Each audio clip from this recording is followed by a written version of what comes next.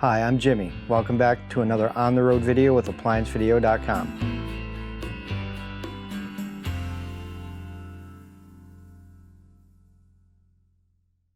Stop. Before beginning any repair, always be sure to disconnect the power to the appliance.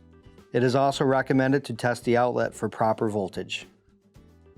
The tool that you'll need for this repair is a T15 Torx driver.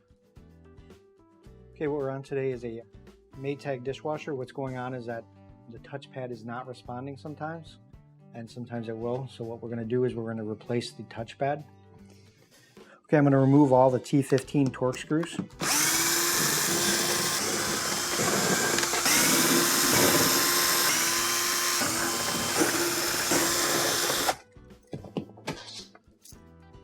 I'm going to remove the front panel just by pulling it down and then raising it up. I'm going to remove the last T15 screw. It's right here.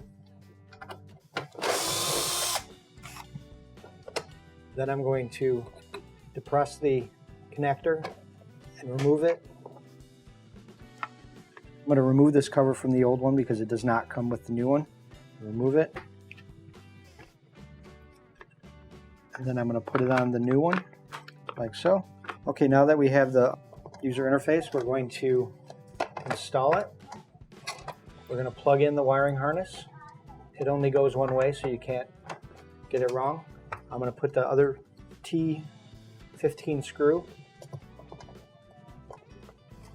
in it.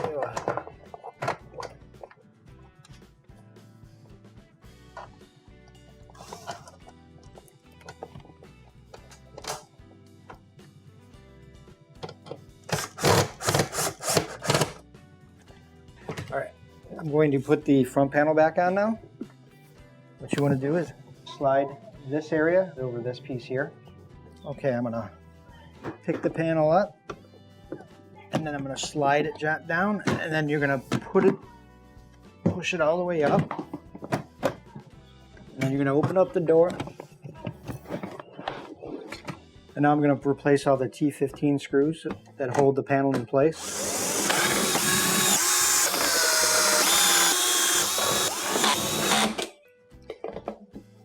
Okay, and that completes your repair on replacing the user interface on a Maytag dishwasher.